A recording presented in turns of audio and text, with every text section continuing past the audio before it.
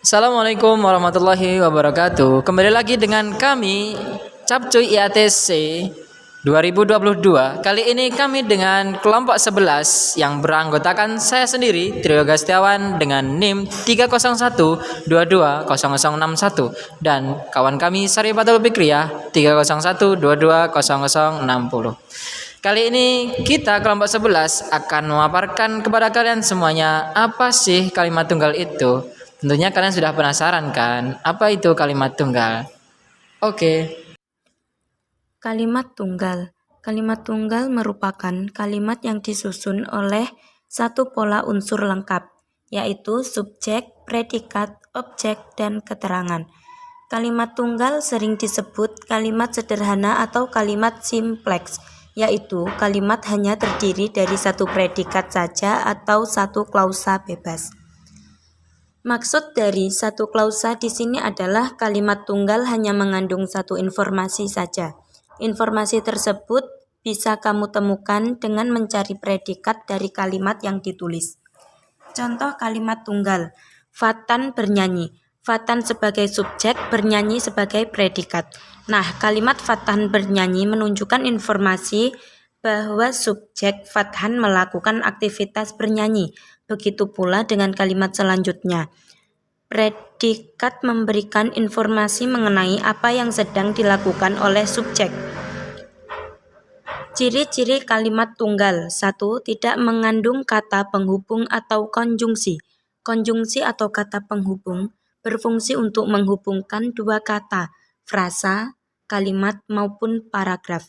Seperti yang sudah dijelaskan sebelum, kalimat tunggal hanya memiliki satu klausa, maka kalimat tunggal ini tidak mengandung kata penghubung atau konjungsi. Konjungsi bisa berupa kata, dan atau tetapi, dan lain-lain yang diikuti dengan koma. 2. Memiliki satu unsur penyusun kalimat.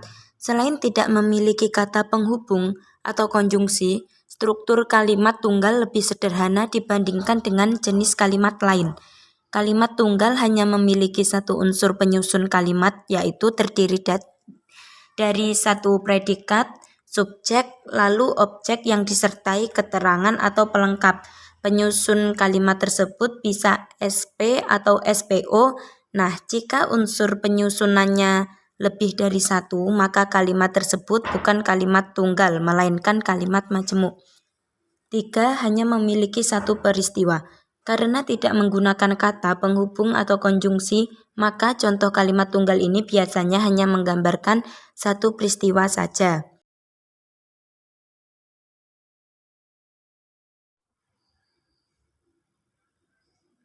Kata kerja verba. Verba atau kata kerja digunakan untuk menggambarkan proses, menunjukkan perbuatan atau keadaan. Predikat yang terdapat pada kalimat tunggal verba berupa kata kerja.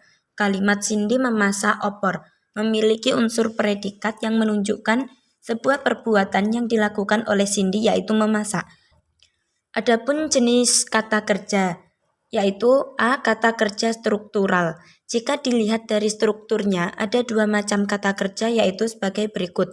Kata kerja dasar, kata kerja yang belum diberikan imbuhan, yaitu seperti contoh baca, tulis, tanam, beli, dan sebagainya. 2. Kata kerja berimbuhan. Kata kerja yang terbentuk dari kata dasar atau biasa berupa kata benda, kata kerja, kata sifat, atau jenis kata lain, yaitu diberi imbuhan. Imbuhan yang lazim digunakan untuk pembentukan kata kerja antara lain awalan me, contoh melayang, merindu, merasa. Awalan ber, seperti contoh bermain, berpihak. Awalan di, seperti contoh didengar, ditulis, dibeli. B. Kata kerja semantis. Adapun macam kata kerja secara semantis yaitu sebagai berikut. 1. Kata kerja menyatakan tindakan atau perbuatan, contoh menanam. 2. Kata kerja yang menyatakan pengalaman batin, sikap, emosi, atau perasaan, seperti contoh berani, bangga, bahagia. 3. Contoh kerja yang menyatakan proses atau perubahan dari suatu keadaan pada keadaan yang lain. Contoh, terbit kata kerja yang menyatakan keadaan lahiriah, seperti contoh kosong, berbekas. Adapun kata benda nomina. Nomina merupakan kata benda. Jenis kata nomina adalah kata yang menunjukkan nama dari semua benda dan segala sesuatu yang dibendakan. Jenis kata nomina ditandai dengan tidak dapatnya bergabung dengan kata tidak, tetapi dapat dinegatifkan dengan kata bukan. Adapun ciri-ciri nomina, yaitu 1. Dalam kalimat yang predikatnya verba, nomina cenderung menduduki fungsi subjek, objek, ataupun pelengkap. 2. Nomina tidak dapat diingkarkan dengan tidak, misalnya tidak musuh, tetapi bisa diingkarkan dengan bukan atau bukan musuh. 3. Lazimnya nomina dapat diikuti oleh adjektif baik secara langsung maupun dengan perantaraan kata yang. Jenis kata nomina dibagi menjadi nomina dasar dan nomina turunan. Berikut penjelasannya. 1. Nomina dasar. Dalam bahasa Indonesia ada nomina yang terdiri atas kata dasar. Karena sifat tersebut, nomina seperti itu berbentuk monomorfemik. Contoh gambar, kemeja, dan lain-lain. 2. Nomina turunan. Nomina turunan bersifat polimorfemis oleh karena nomina turunan dibentuk dari nomina dasar atau kategori kata yang lain, khususnya verba dan adjektif. Pada umumnya nomina turunan dibentuk dengan menambahkan prefiks, sufiks, atau konfiks. Contoh pembeli, perbuatan, kekuatan, dan lain-lain. Menurut wujudnya, jenis kata nomina dibedakan menjadi 2. 1. Kata benda konkret, yaitu nama dari benda-benda yang dapat ditangkap oleh panca indera, misalnya rumah, batu, binatang, tanah. 2. Kata benda abstrak, yaitu nama-nama benda yang tidak dapat ditangkap oleh panca indera, misalnya keagungan, kehinaan, kebesaran, kekuatan, kemanusiaan. Oke, kali ini kita akan beranjak tentang adjektif. Nah, adjektif itu apa sih?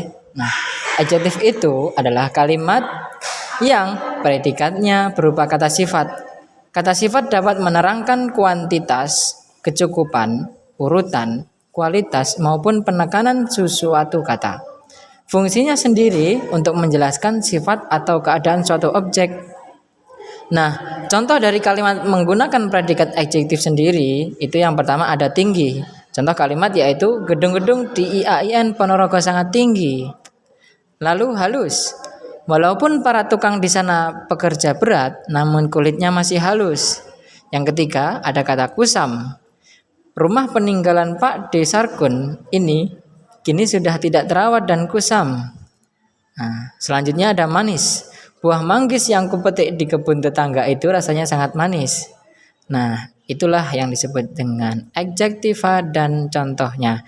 Nah, selanjutnya ada adverbia. Adverbia itu apa sih?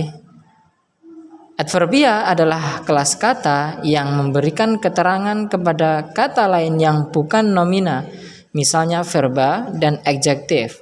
Jadi, ia memberikan keterangan tambahan dalam sebuah kalimat agar semakin jelas. Contoh dari kalimat adverbia itu ada kata sangat. Dia orang yang sangat rajin. Lalu ada hanya. Andin hanya membaca 1 buku saja. Lalu ada agak. Menurutku, dia terlihat agak linglung hari ini. Nah, kata agak dalam kalimat di atas merupakan adverbia bentuk tunggal. Nah, demikianlah pemaparan dari kami terkait dengan kalimat adverbia dan lain sebagainya. Nah, mudah-mudahan bermanfaat bagi kita semuanya. Terima kasih. Assalamualaikum warahmatullahi wabarakatuh.